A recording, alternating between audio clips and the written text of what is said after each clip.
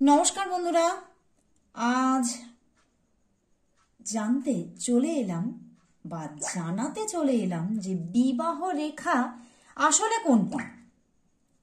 আমরা কিন্তু আসলে বিবাহ রেখা কোনটি সেটা সঠিকভাবে কিন্তু এখনো পর্যন্ত জানি না। অনেকেই আমরা জানি এটি হচ্ছে কনিষ্ঠা আঙ্গুল। কনিষ্ঠা আঙ্গুলের এই স্থানটিতে মানে কনিষ্ঠা আঙ্গুলের নিচে যে এটা বুধ মাউন্ট, এই বুধ মাউন্টের ওপরে যে এই রকম যে রেখাগুলি থাকে এগুলোই বিবাহ রেখা। শুধু জাস্ট আমরা এইটুখানি জানি, কিন্তু পারফেক্টলি কোনটা বিবাহ রেখা সেটা কিন্তু আমরা জানি না। অন্যান্য যে সমস্ত চ্যানেল আছে পমিস্ট্রি, সেখানে আপনারা অতটাও গভীরভাবে জানতে পারবেন না, কারণ এই নিয়ে ভিডিও আমার চ্যানেল ছাড়া আমি অন্য জায়গায় কোথাও সেরকম ভাবে দেখি না। আমার ভিডিওতেই কিন্তু কিছু পিছনের দিকে কিছু ভিডিওতে আছে, বাট অনেকেই, সবাই তো আর সব ভিডিওস দেখে না, তো সেক্ষেত্রে অনেকেই আমাকে কমেন্টস করছে, আমাকে হোয়াটসঅ্যাপে এসে ডিরেক্টলি কমেন্টস করছে যে বিবাহ রেখা আসলে সঠিকভাবে আমরা জানতে পারবো কোনটি, কারণ এখানে তো অনেকের হাতেই কি হয়, এই জায়গাটায় অনেকগুলো রেখা থাকে। তাহলে মানুষ কি করে জানতে পারবে যে কোনটি হচ্ছে পারফেক্টলি বিবাহ রেখা? প্রথমত কনিষ্ঠা আঙুলের নিচেটা হচ্ছে বুধ পর্বত, ঠিক আছে? এই জায়গাটা হচ্ছে বুধ পর্বত। এই বুধ পর্বতে দেখবেন অনেকগুলো রেখা থাকে, ঠিক আছে? এই যে এইরকম করে অনেকগুলো করে রেখা থাকে, এরকম কোনোটা ছোট কোনোটা বড়, এরকম অনেকগুলো করে রেখা থাকে। তাহলে বিবাহ রেখা কোনটা? এই যে অনেকগুলো করে রেখা থাকে, হ্যাঁ, অনেকগুলো করে ছোট বড় করে অনেকগুলো মিলিয়ে মিশিয়ে রেখা থাকে। তাহলে কোনটা হচ্ছে আসল বিবাহ রেখা? আসল বিবাহ রেখা সেটাই যেটা বেশ একটু পুষ্ট হয়, খুব সরু, খুব মানে একদম দেখাই যাচ্ছে না, খুব আবছা, সেটা কিন্তু বিবাহ রেখা নয়।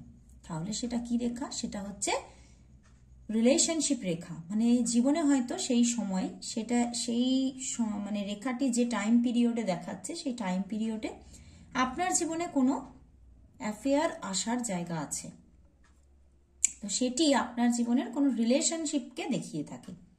কিন্তু বিবাহ রেখা অলওয়েজ একটু অন্যান্য হালকা রেখার থেকে একটু পুষ্ট হয়, মানে সেটা মানে খালি চোখেই দেখা যাবে, খালি চোখেই আপনি দেখতে পাবেন। ম্যাগনিফাইং গ্লাসের সবসময় দরকার পড়ে না বিবাহ রেখাকে ডিটেক্ট করতে।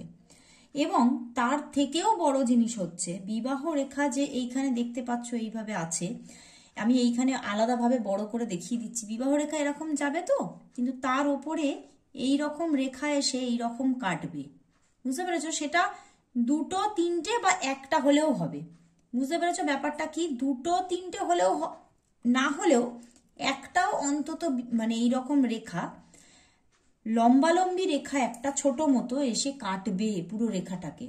তুমি বলবে এটা কি রেখা? এটি হচ্ছে সন্তান রেখা। এই যে লম্বালম্বি রেখাটি হচ্ছে সন্তান রেখা। এই সন্তান রেখাকে পুরোপুরিভাবে এইরকম ভাবে কাটতে হয়, ঠিক আছে? এইরকম ভাবে এই যে বিবাহ রেখাকে কাটতে হয়, তবেই কিন্তু সেই সম্পর্কটা বিবাহতে পরিণত হয়। না হলে কিন্তু সেই যে রিলেশনশিপটা বিবাহতে পরিণত হতে পারে না। আবার কিছু কিছু রেখা আছে, কিছু মানুষ হয় যাদের জীবনে সন্তান থাকে না, কিন্তু তাদের বিবাহটা হয়েছে। তাহলে সেই রেখাটা কিরকম? সেই রেখাটা হবে এই যে এরকম রেখাটা হবে, রেখাটা গেছে, কিন্তু এই রকম ভাবে ওপর দিক থেকে এই রেখা একটা এসে এইখানে দেখতে পাচ্ছ ধাক্কা মেরেছে, আবার হয়তো নিচে একটা রেখা এরকম ভাবে এসে ধাক্কা মেরেছে। তাহলে সেই রেখাটা কেটে গেল না, কিন্তু ওপর থেকে একটা রেখা এসে ধাক্কা মেরেছে, এইখান দিয়ে একটা রেখা এসে পাশাপাশি কোথাও ধাক্কা দিয়েছে, তবেই সেটা বিবাহ রেখা, কিন্তু তাদের সন্তান হয় না, বুঝতে পেরেছো? তাহলে বিবাহ রেখা কোনটা আজকে আমরা একটু সম্পূর্ণ ডিটেলসে আলোচনা করলাম। অনেকগুলি রেখা এখানে থাকলেও সবগুলো কিন্তু বিবাহ হয় না। অনেকেই মানে অনেকগুলো রেখা দেখে ভাবে ওরে বাবা আমার কি তাহলে এই দুটো তিনটে চারটে বিয়ে? কখনোই নয়। বিবাহ রেখা তার মধ্যে সঠিকভাবে ডিটেক্ট করতে হবে যে কোনটি তোমার বিবাহ রেখা। তো নিশ্চয়ই বিবাহ রেখা নিয়ে অনেকটাই তোমাদের মনের সন্দেহ বা যে একটা কৌতূহল সেটা অনেকটাই কমেছে। তো আজকে এখানেই শেষ করছি। বিবাহ রেখা কোনটি সেটি জানার যে আমার কাছে কোয়ারিজ এসেছিল, সেটি যে আমাকে জানিয়েছিল সে নিশ্চয়ই জেনেছে এবং তার সঙ্গে অনেক বন্ধুরাও কিন্তু জানতে পারবে। তো আজকের মতো এখানে শেষ করছি, আবার চলে আসবো নেক্সট ডেতে আবার নতুন কোনো টপিক নিয়ে। তো আজকের মতো সবাইকে গুড বাই।